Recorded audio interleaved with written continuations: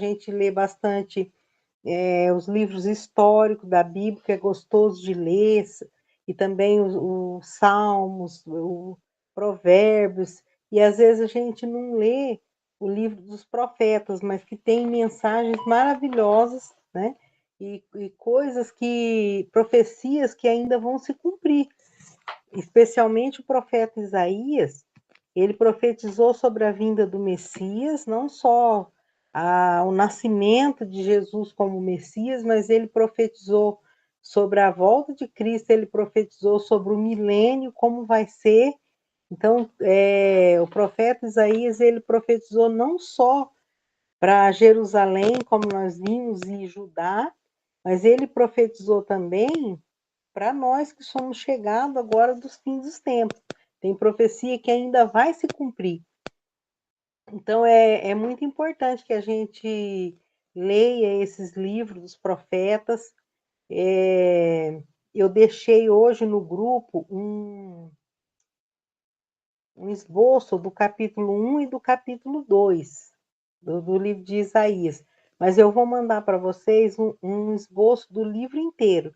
Por quê? Porque quando você vai lendo, conforme você vai lendo, você vai olhando o esboço, você lê pode ler em forma de estudo. Você vai lendo os versículos que falam sobre aquela profecia.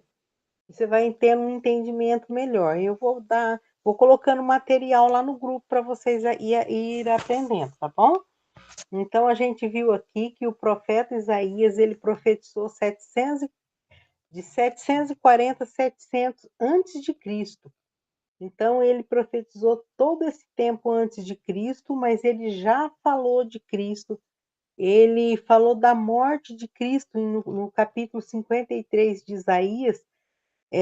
Para mim, é um dos capítulos, né, capítulos mais lindos da Bíblia, que mostra o sofrimento do Messias, tudo que Jesus ia passar.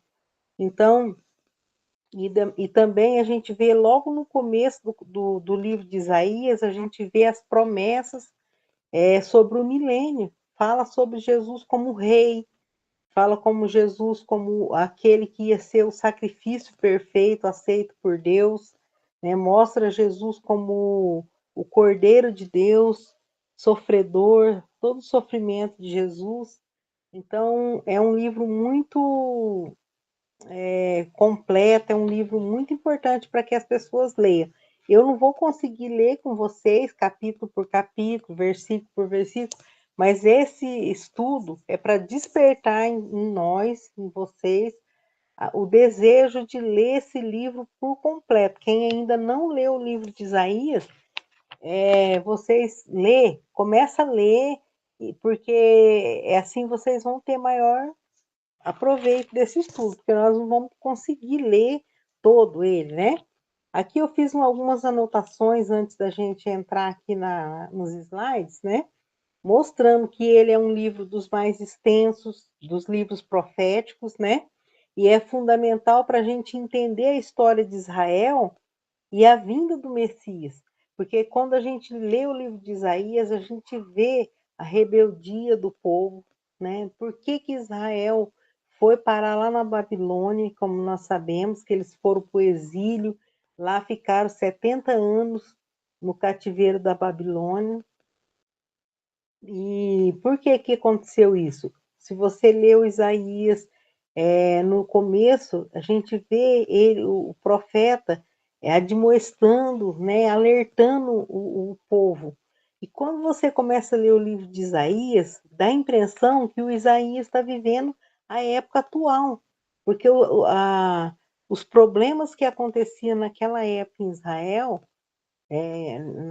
para o povo a quem ele levava aquela mensagem, são coisas que acontecem hoje na nossa sociedade. Então, nós vemos como que a Bíblia é atual, como a Bíblia é uma palavra viva e como o homem não muda, né?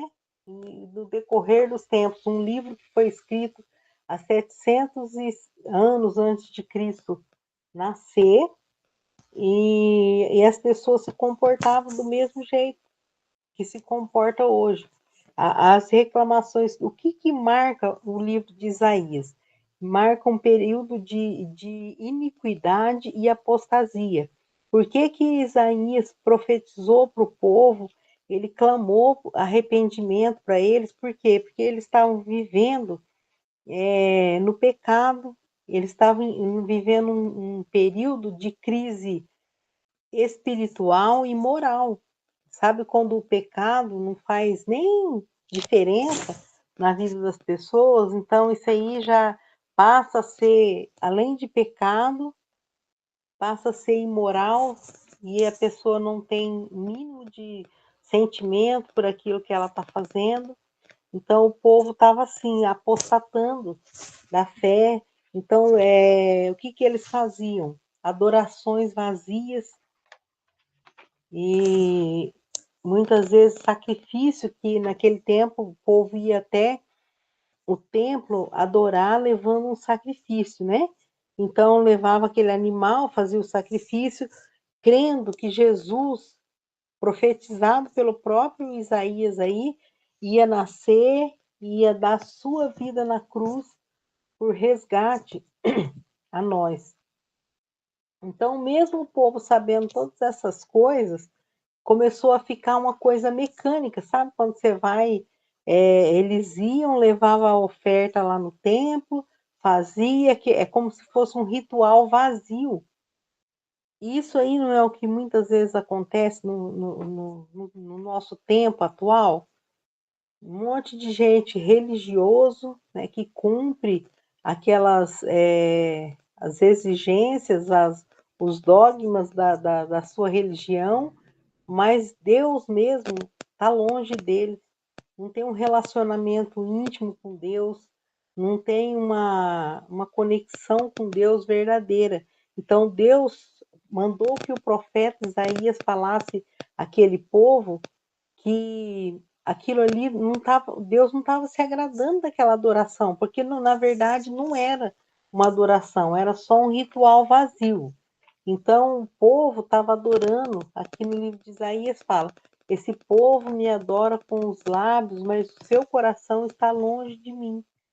Então eu fico pensando, isso aí, eu refleti muito sobre isso essa semana, já faz algumas semanas que eu estou lendo o livro de Isaías, e uma coisa que me chamou a atenção é como Deus fica entristecido, como a gente pode entristecer o coração de Deus quando Deus olha para a gente fazendo coisas, fazendo até mesmo coisas na igreja, correrias que a gente faz no nosso dia a dia para fazer coisas para Deus, para o reino de Deus, para a igreja de Deus. Não que a gente não deva fazer isso, mas a gente não pode fazer essas coisas de uma forma mecânica e com o coração longe de Deus, porque isso aí não agrada a Deus. Você já imaginou? Uma vez, eu vou contar uma experiência que eu tive. A Amanda, quando ela.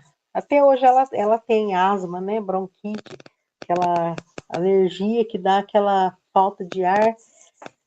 E quando ela tinha uns 3 a 4 anos, no aniversário dela, bem no aniversário dela, ela teve uma crise de bronquite e a gente tinha feito bolo, tinha feito algumas coisas para o aniversário dela e ela teve que ser internada, de tão ruim que ela ficou. Então a gente guardou todas as coisas na geladeira e ela ficou uns 2 dias no hospital e aí ela teve alta e eu fui acabar de organizar a festinha dela. Então, naquele dia, eu tive uma visão diferente sobre o que eu estava fazendo ali. Ela estava chorando, ela ainda não estava 100% sarada daquela enfermidade, e eu queria terminar a festa dela, para agradar ela. Só que ela, com uma criança de 4 anos, quando ela está doente, o que ela quer? Ela quer atenção, ela quer colo, ela quer que a mãe ou o pai, ou as pessoas que ela ama, tá ali perto, cuidando dela.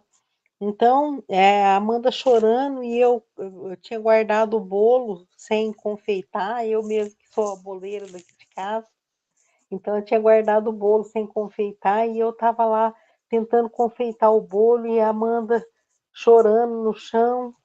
Aí eu terminei tudo e aí eu comecei a pensar, como será que ela se sentiu, né? Hoje eu penso melhor sobre isso. Naquela hora ali eu queria fazer aquilo que eu tinha me proposto a fazer, que era a festinha de aniversário dela. Mas o que que ela estava querendo mais?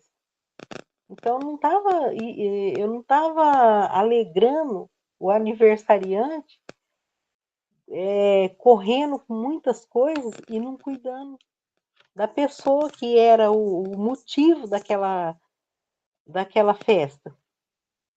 E foi o que Jesus falou naquela ocasião que ele teve com Marta e Maria. A Marta, eu acredito, assim, eu creio que ela estava querendo agradar Jesus também, mas ela estava querendo agradar Jesus nos afazeres, talvez estava fazendo uma refeição e a Maria não estava ali ajudando. E ela pediu, né? Ela repreendeu a Maria e falou para Jesus: Ó, o senhor não está importando que ela não está me ajudando a cuidar aqui, né? Talvez do almoço, daquela refeição que ela estava fazendo.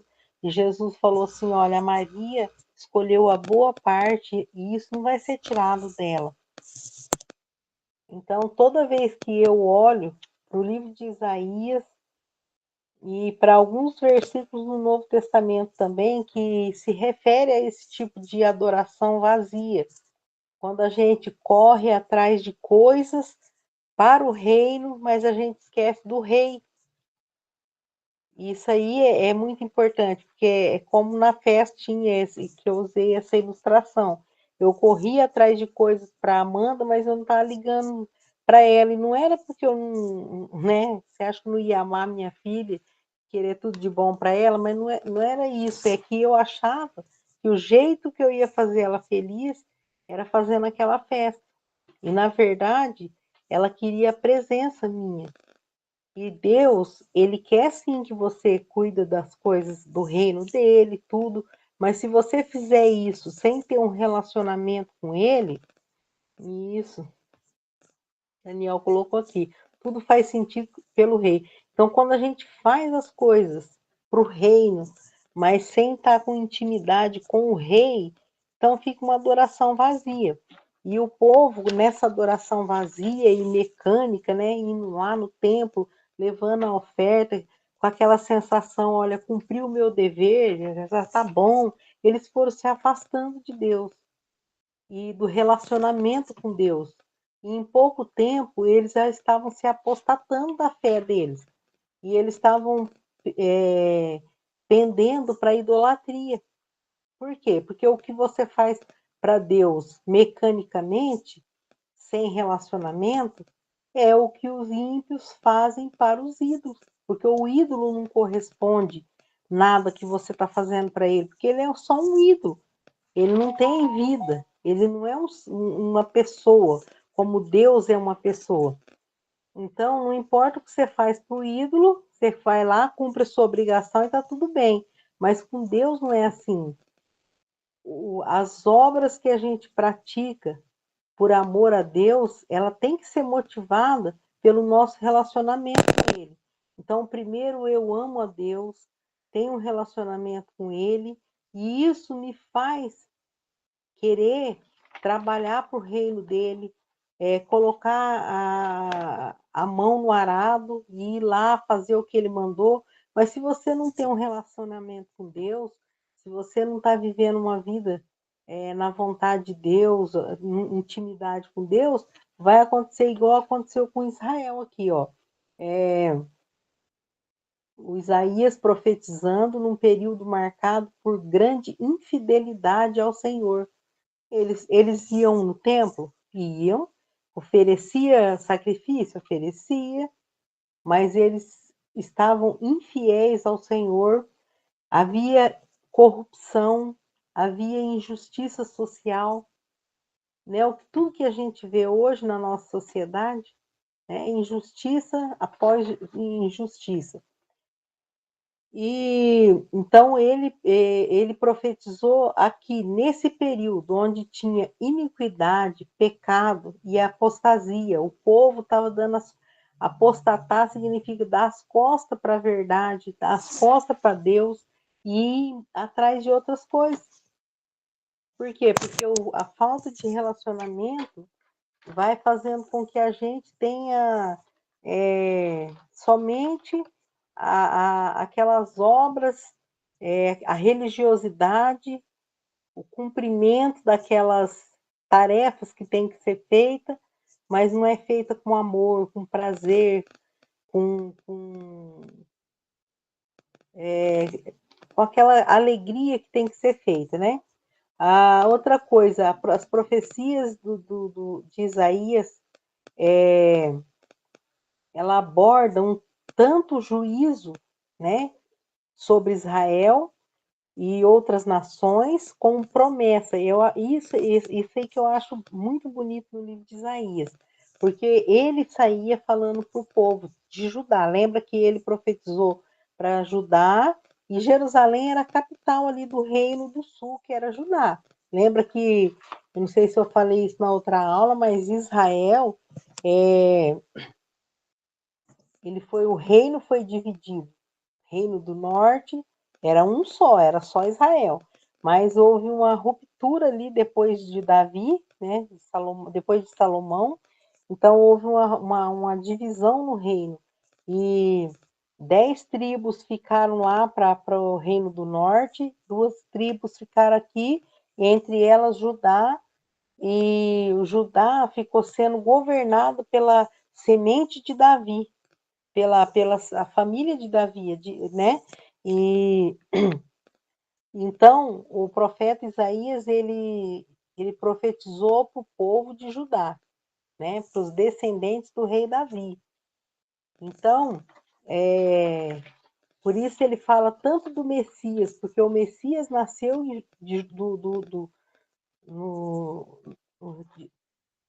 como é que fala? Descendente de Judá. Tem hora que some a palavra da minha boca. Descendente da tribo de Judá, né? Cristo é o leão de Judá. Então, pensa bem, um povo escolhido para gerar o Redentor. Tantas promessas eram feitas, mas o povo estava afastado de Deus. Então, o profeta Isaías, ao mesmo tempo que ele falava do juízo que ia cair sobre o povo, e qual era o juízo?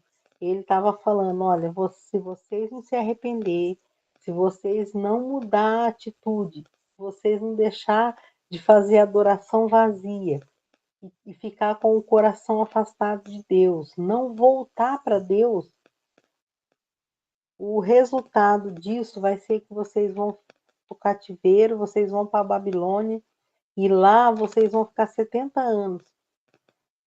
Eu acho que eles não acreditavam, porque eles continuaram. E ao mesmo tempo que o profeta Isaías ele falava para eles o que ia acontecer, ele falava sobre a restauração. Então, ele falava: olha, vocês estão desobedecendo, vocês estão apostatando da fé verdadeira, do relacionamento com Deus. Isso aí, vocês estão praticando idolatria, pegando o costume das outras nações. Isso aí vai resultar em que vocês vão ser levados por esses próprios povos que estão ensinando a idolatria para vocês. Eles vão levar vocês embora daqui e vai levar o melhor que vocês têm. Você sabe que lá no livro de Segundo Reis, eu até falei no grupo de mulheres, ensinei uma mensagem sobre isso. Que o rei Ezequias, ele recebeu uma comitiva que veio lá da Babilônia, veio visitar ele, porque ele tinha ficado doente, e o rei Ezequias era um dos reis que governou Israel na época do profeta Isaías. E que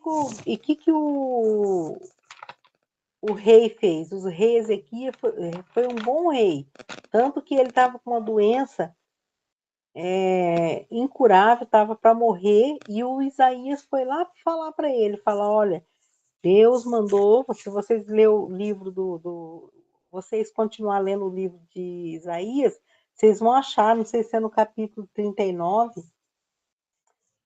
que ele foi lá e falou pro Ezequias, que era o rei que governava a época: ó, Ezequias, põe em ordem a tua casa, porque você vai morrer. A pessoa, você recebeu uma notícia dessa? Ezequias virou o rosto para o lado da parede, chorou, chorou e orou e pediu para Deus para ter misericórdia dele. E Deus, antes do Isaías sair do palácio, Deus fala: volta lá, Isaías, e fala para o Ezequias que eu ouvi a oração dele e que eu vou dar mais 15 anos para ele de vida. Então, ele foi assim que aconteceu. Ezequias sarou, se recuperou, e quando esse povo veio lá da Babilônia visitar o Ezequias, mas não porque gostava dele, esse povo já estava de olho em Israel, como sempre teve, até os tempos atuais. As nações sempre esteve de olho no povo de Israel, no povo de Deus. Porque é uma inimizade do mundo contra aquilo que Deus ama. Isso aí sempre vai existir. Quem estudou escatologia comigo sabe que isso aí só vai ter um fim um dia, mas ainda nesses tempos que nós estamos vivendo, tempos atuais, ainda há uma perseguição em cima do povo de Deus, em cima de Israel. Mas o que aconteceu? Que esse povo veio lá da Babilônia visitar o rei Ezequias. E o rei Ezequias já estava curado, todo alegre, satisfeito. Ele pensou assim: puxa, esses babilônios, eles são fortes, eles são poderosos. E a Assíria, que era um outro país que dominava ali, oprimia Israel, e que eles temiam muito esse povo. Então ele falou assim: olha, se a gente se aliar, se a gente fizer amizade com os babilônios, que esse povo aí, eles têm armas, eles são poderosos, porque a Babilônia estava crescendo também. Então eles podem ajudar a gente numa batalha dessa aí, a gente pode ser aliados. Então quando a gente começa a parar de depender de Deus e confiar em alianças com pessoas do mundo, a gente começa a perder. Então ele pensou que ele estava fazendo bem, mas olha só o que ele fez.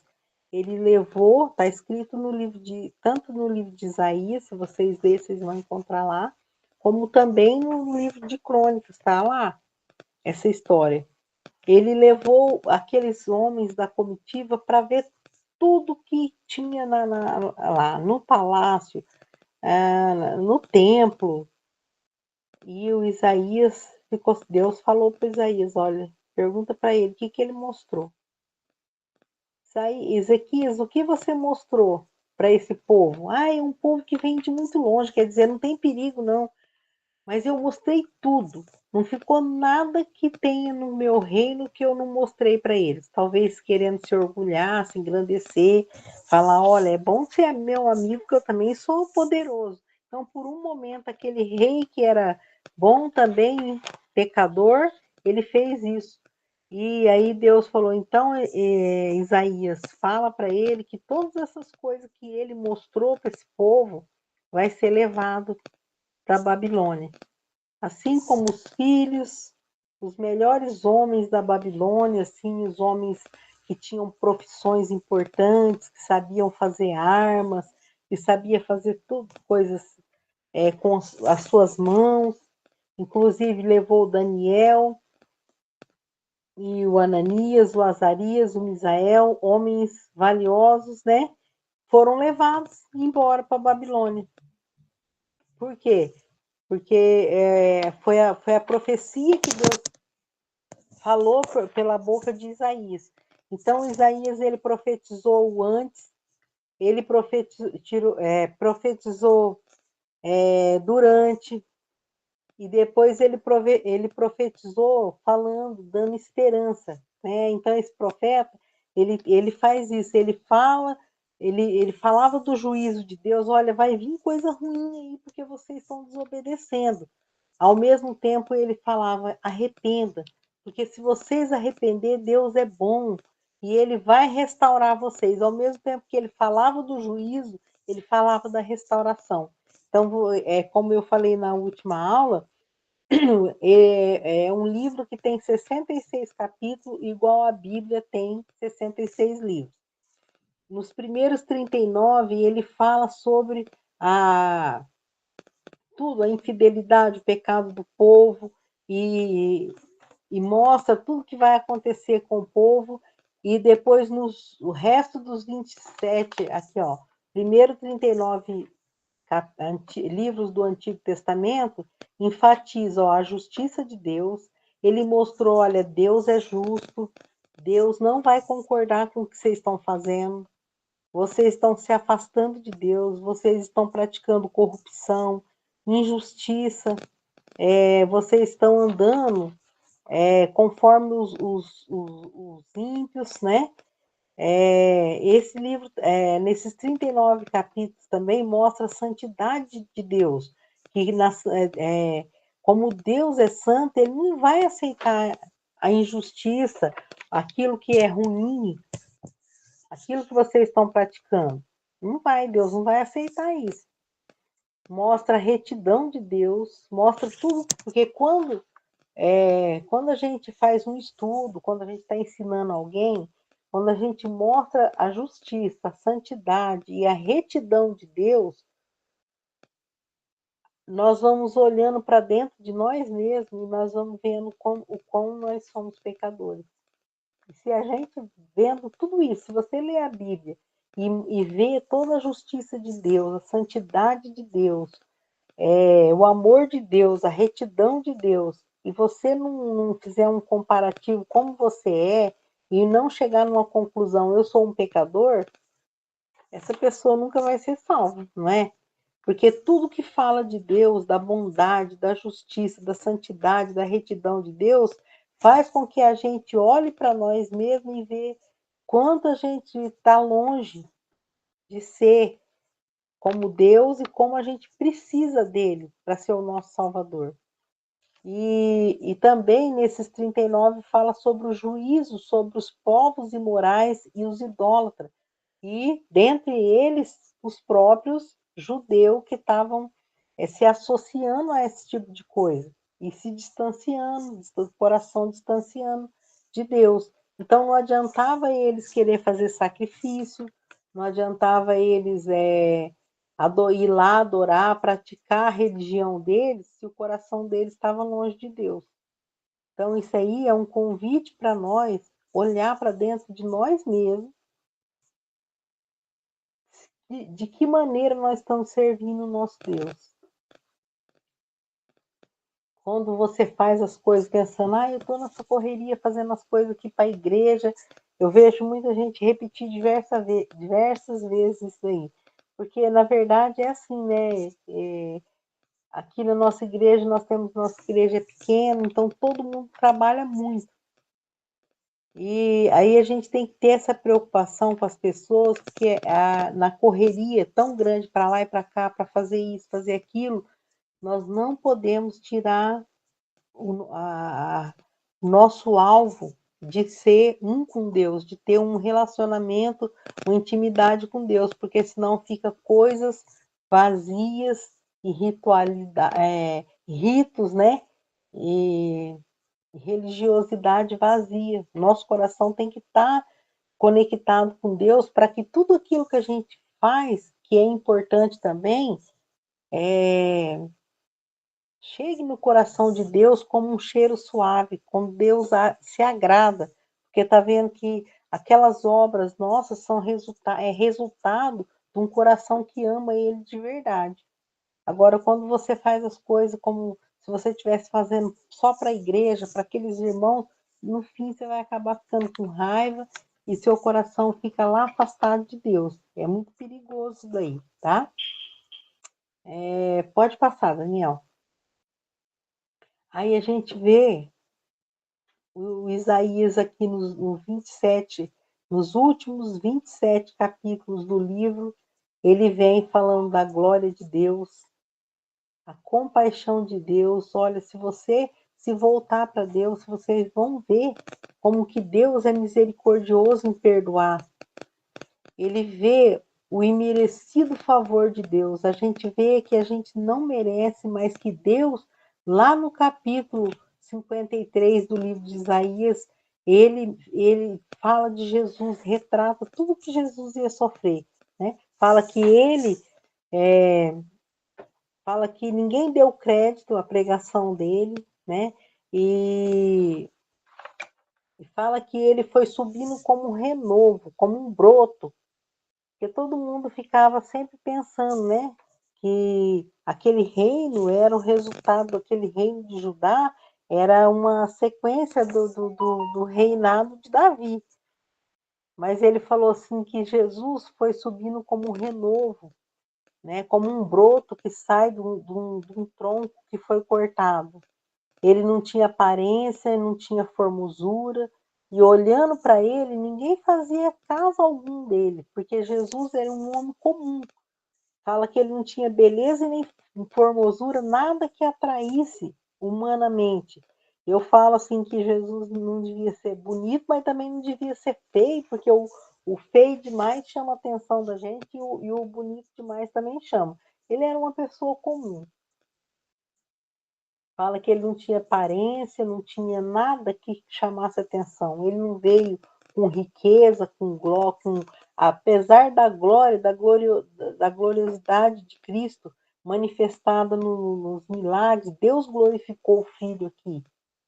Né? Quando ele ressuscitou Lázaro, ele fala, glorifica, eu te glorifiquei na terra, consumando, no capítulo 17, ele fala, eu te glorifiquei na terra, Pai, consumando a obra que o Senhor me deu para fazer. Então, agora o Senhor me glorifica com a mesma glória, né, que ele glorificou o Pai.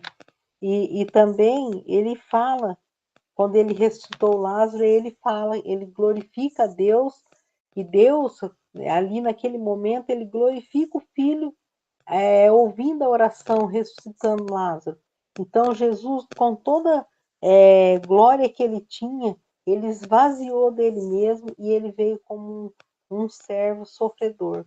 Ninguém via formosura. Se você tiver com a sua Bíblia aí e quiser abrir no capítulo 53 do livro de Isaías, né? A gente fala que a profecia dele, primeiro foi sobre a iniquidade e a apostasia do povo, depois sobre o juízo, que era o cativeiro da Babilônia, depois a volta deles para Jerusalém, e depois sobre o messianismo, quando Isaías fala de Jesus, que ele ia vir como o príncipe da paz, né? Ia nascer de uma virgem, e depois ele fala do Messias sofredor, que ia carregar a cruz.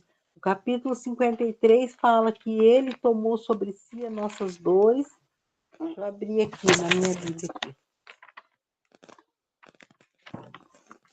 Se você quer evangelizar alguém e quiser usar esse capítulo aqui, olha, maravilhoso. Fala assim, olha, isso aqui foi escrito antes de Jesus nascer. 700 anos antes de Jesus nascer, Deus mandou que o profeta Isaías escrevesse aqui, ó.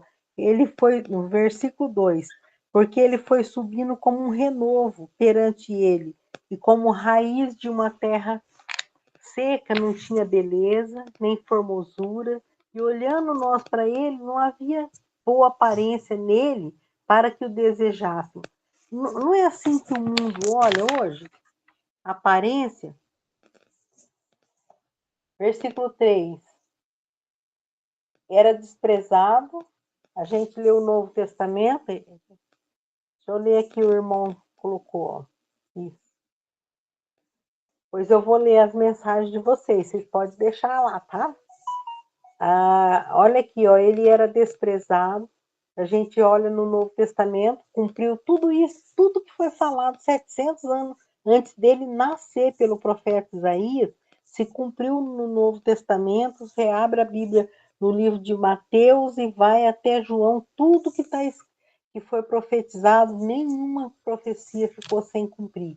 ele era desprezado, foi desprezado pelo seu próprio povo, e o mais rejeitado entre os homens de dores, experimentado no sofrimento, nos trabalhos, ele trabalhou aqui, ele teve que viver 100% humano, 100% Deus, ele tinha consciência da sua divindade, mas ele viveu como homem, porque ele tinha que viver como homem aqui para ele poder resgatar o homem. Remir o homem, ele tinha que ser parente nosso, né? E como um de quem os homens escondiam o rosto, ele era desprezado, e não fizemos caso dele, caso algum. O 4, verdadeiramente, isso aqui, olha, 740 anos antes de Jesus nascer. Tá aqui, ó, verdadeiramente, ele tomou sobre si as nossas enfermidades. A maior enfermidade que Jesus tomou sobre ele foi os nossos pecados, né? Que não tinha cura. E as nossas dores levou sobre si. E nós reputávamos por aflito, ferido de Deus e oprimido. Então, ainda havia pessoas que falavam que Deus estava castigando ele, porque era ele que era o errado. E muitas vezes, não é a atitude das pessoas hoje, achar assim, eu não sou tão ruim assim para ir para o inferno. Não. Jesus morreu, mas ele não deveria ter, sendo Deus, ter morrido. Não foi o que falaram lá. O ladrão da cruz, um dos ladrões falou: se você é filho de Deus, desce aí, salva você e salva a gente também. Então as pessoas não tinha noção de que aquilo que ele estava fazendo, ele estava sendo ferido para nos sarar. O versículo 5. Mas ele foi ferido por causa das nossas transgressões e moído por causa das nossas iniquidades. O castigo que nos traz a paz estava sobre ele, e pelas suas pisaduras, quer dizer, pelas suas feridas, nós fomos sarados. Não tem um versículo mais lindo que esse, olha só. Ele foi ferido por causa das nossas transgressões, dos nossos pecados, moído. A Bíblia, aqui mesmo no livro de Isaías, fala que ele estava tão desfigurado, o seu rosto, que ele não parecia nem, não tinha aparência humana, de tanto que ele apanhou no rosto, e apanhou e foi ferido. E por causa das feridas dele, nós fomos sarados. Sarados do quê? Sarados do pecado. Porque esse aí é a única coisa que a gente não pode fazer nada por ela. Nossos pecados não são pagos pelo que a gente faz. Então, ele veio aqui, ele sofreu a condenação que era para nós.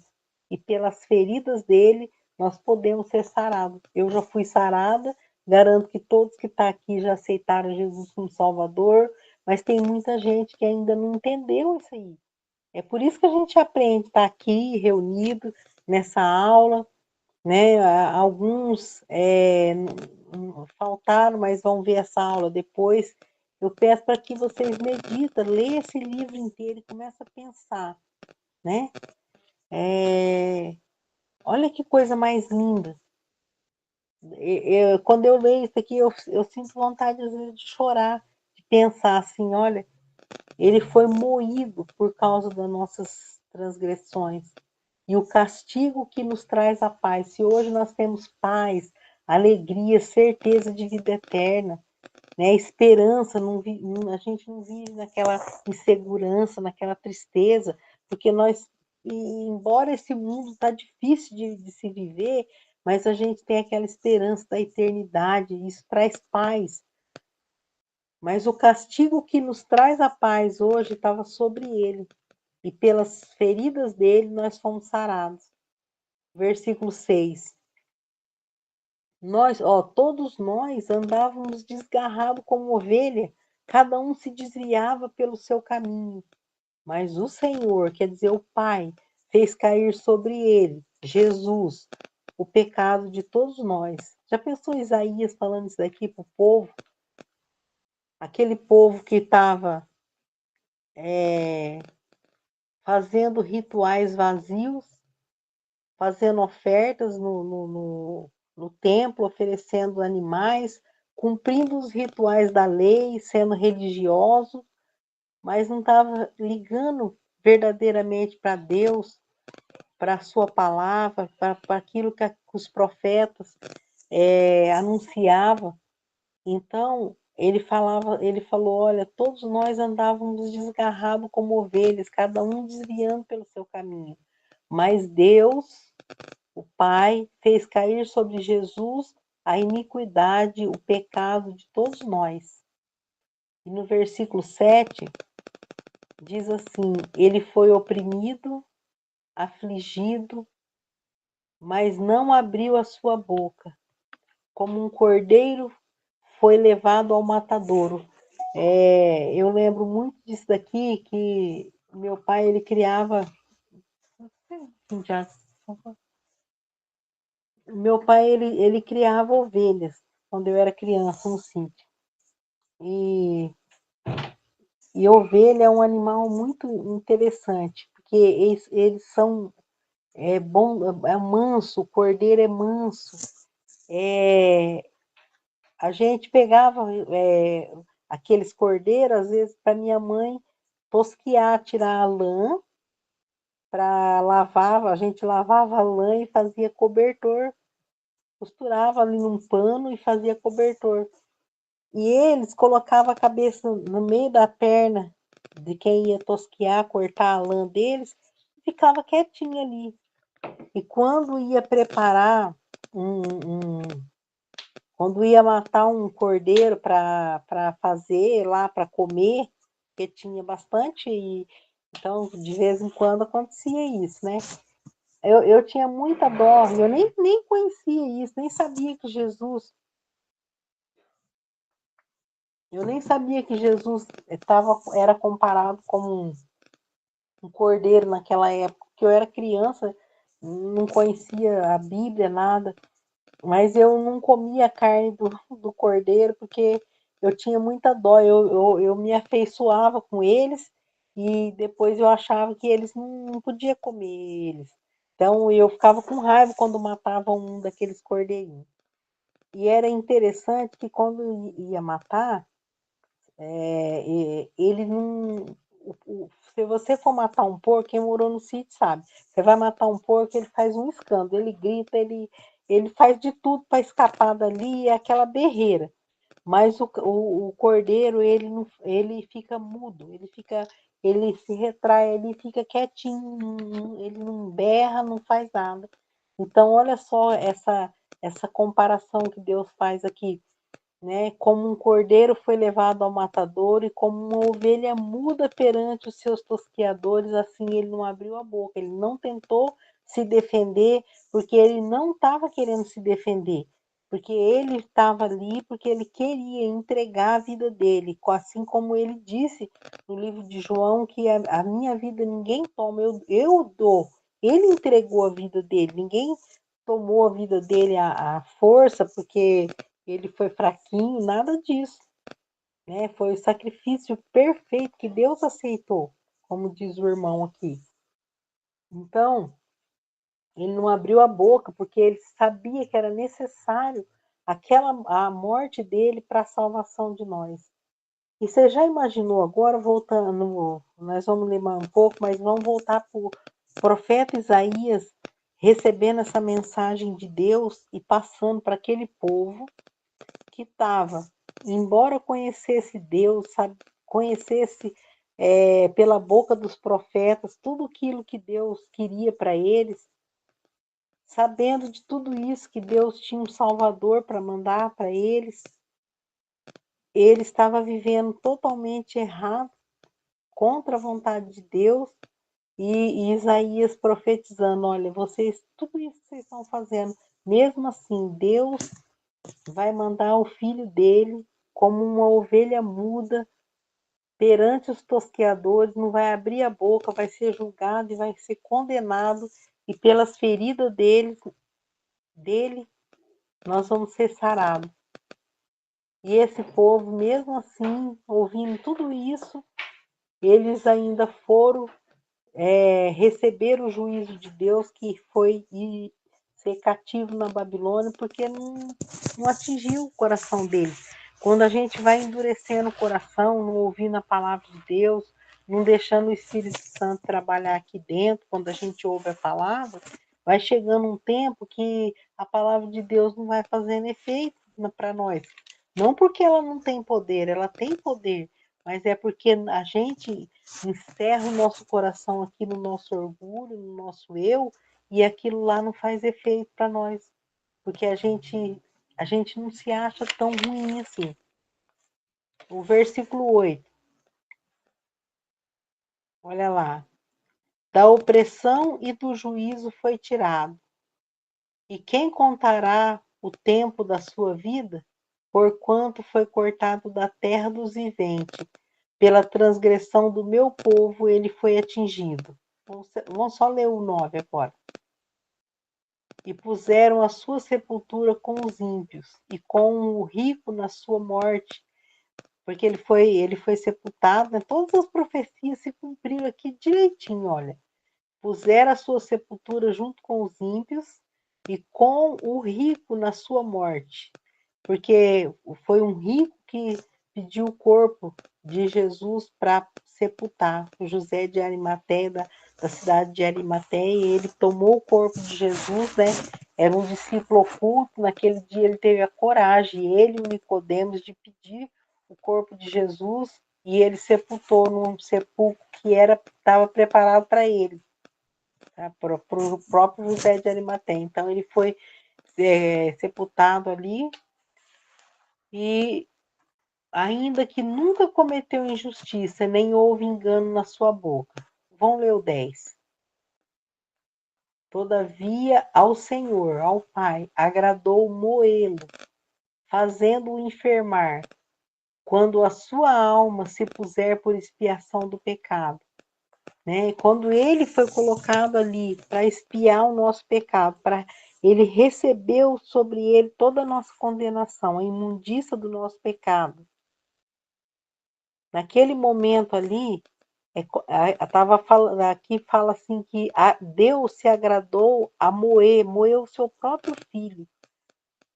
É difícil uma pessoa sem entendimento, sem crer em Jesus, entender como que Deus foi capaz de moer o seu próprio filho, permitir que seu filho fosse moído. É um amor muito grande por nós também, porque ele sabia que Jesus era o único meio de resgatar a humanidade do pecado e trazer de volta para tudo aquilo que eles perderam, se afastando de Deus, era colocando o filho dele ali. Então ele diz assim, ó, que todavia o Senhor agradou moê-lo, fazendo-o enfermar, fazendo ele adoer, toda aquela doença, aquela enfermidade caiu sobre ele, quando a sua alma se puser por expiação. Então, ele foi colocado para expiação do pecado. Verá, olha só, quando a sua alma se puser por expiação do pecado, verá a sua posteridade, prolongará os seus dias, e o bom prazer do Senhor prosperará nas suas mãos. É por isso que quando eu leio aquele versículo assim que se como é que fala? Não sei se eu vou saber falar ele assim decorado, mas fala que se o inimigo, se Satanás soubesse, né, o que a morte de Jesus ia trazer, ele jamais teria crucificado o Rei da Glória. Por quê? Porque a morte de Jesus foi a vitória. Quando todo mundo pensava que ele estava perdendo, ele estava ganhando. Porque naquele momento ele estava pagando o pecado que Adão e Eva fez lá naquele paraíso perfeito e que passou para toda a humanidade. Naquele momento, Jesus estava expiando o pecado e atraindo com o seu amor. Ele fala: com amor eterno eu te amei e com amorável benignidade te atraí. Se um amor desse não atrair você, né? Dificilmente outro amor vai te atrair, porque não tem amor como esse. Não tem amor maior do que aquele que dá a vida em favor dos seus amigos. Né? E Jesus chamou ele e falou: olha, eu não vou nem chamar vocês de servos, mas eu quero chamar vocês de amigos. Então, quando ele fez isso, quando ele foi moído e ele fez a expiação do nosso pecado, ele viu ele viu o dia de hoje. Ele viu essa sala aqui que tem eu, Daniel e mais 10 pessoas aqui. Ele viu a gente nesse dia já reunido, falando no nome dele, com o Espírito Santo aqui como selo da garantia que um dia nós vamos morar lá no céu.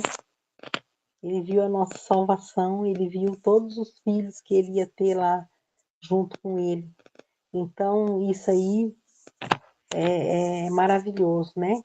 Então, o Messias aqui, a gente vê nos últimos capítulos a glória de Deus, a compaixão de Deus, e mesmo sabendo que o povo não merecia, mas ele não olhou só para aquele povo, porque a profecia era para aquele povo, mas era para nós também hoje.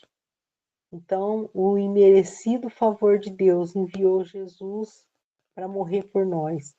Aí mostra que o Messias virá como um Salvador, o Messias carregará a cruz e o Messias soberano Senhor, porque fala dele como rei também, né? Que ele vai reinar.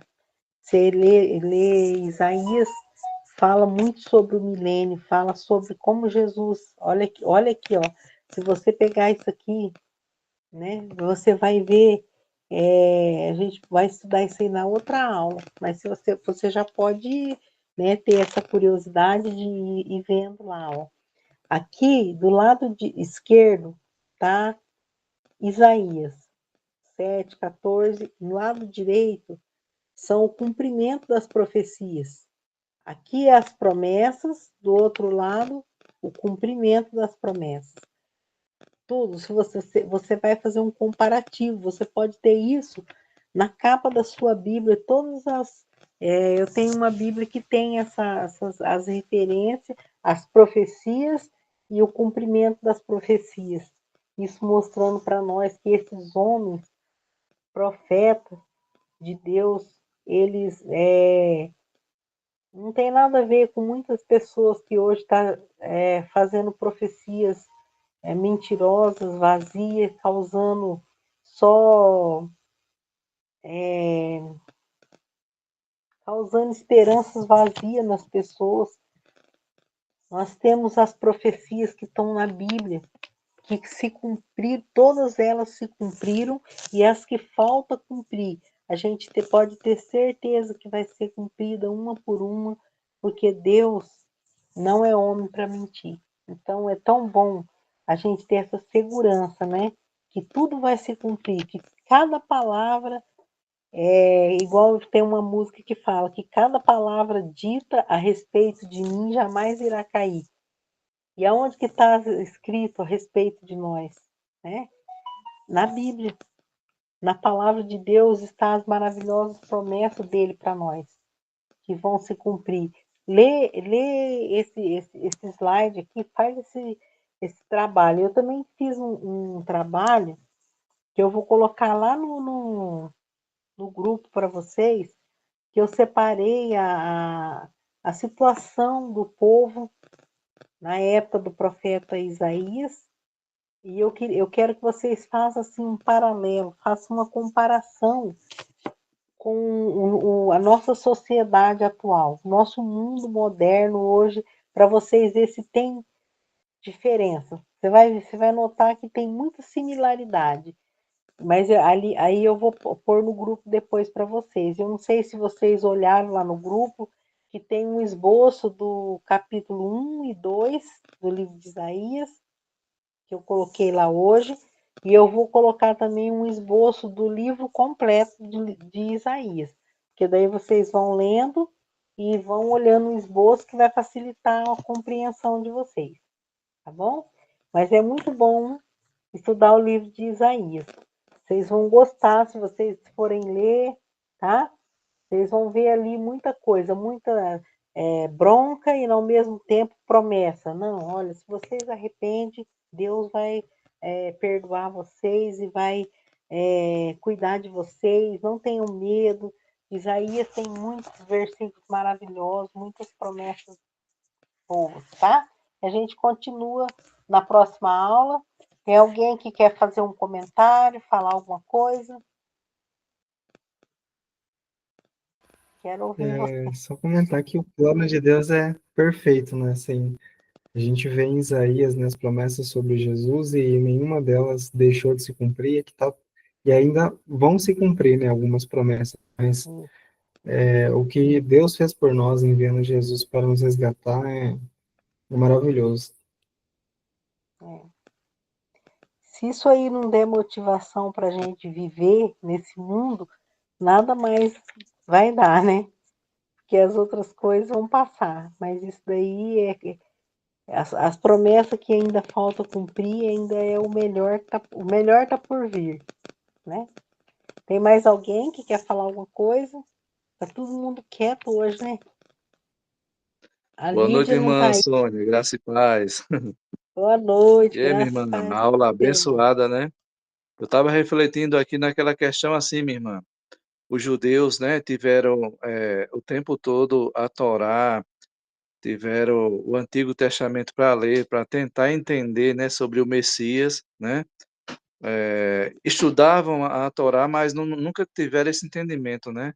Os olhos Pois é. abertos realmente para enxergar as profecias sobre o Messias, né? E que realmente Uhum. tudo se encaixa em Jesus. E eles não, né? Na É, realidade, eles estão com os olhos, né? Vendados, né? Para não entender, né? é, Mas como a Bíblia é clara sobre isso, falando sobre Jesus, né? Nos é. profetas, é bem interessante isso. Não haverá desculpa, né? Por isso que no livro de Romanos fala que o homem é inexcusável, quer dizer, não tem desculpa para o homem falar que não consigo entender, né? Deus falou antes de tudo acontecer, veio falando, profetizando e mostrando, né? Então não tem saída, né? Tudo começa em Cristo. Ele é o alfa e o ômega. Ele é o princípio e o fim e o que está no meio também. Tem mais alguém que quer falar? Ou fale agora ou cale-se até terça-feira. Mas ninguém vai falar nada? Essa música é linda, né? Que a Fernandinha tá falando. Jesus, não sei se vocês conhecem aquela música, mas fala que Jesus é o plano perfeito. Aquela música é muito bonita, porque fala muito a verdade, né? O plano perfeito, o sacrifício perfeito que Deus aceitou. Não tinha outro, né? O sacrifício de animais era provisório, mas quando Jesus veio, tudo se cumpriu, e nele foi concluído todas as promessas. Então tá bom, gente. Tá todo mundo quietinho hoje, mas tá ótimo. Eu espero que vocês leiam o livro para vocês aprenderem mais, tá? E vocês podem deixar pergunta lá no grupo também, se vocês assim quiser. E vai lendo e eu vou pôr no material lá e eu quero que vocês vejam. Eu vou saber se vocês viram mesmo quando vocês fizer algum comentário, tá bom? Que Deus abençoe vocês grandemente nessa noite, nessa semana. Falem do Senhor, falem das coisas que vocês têm aprendido, tá?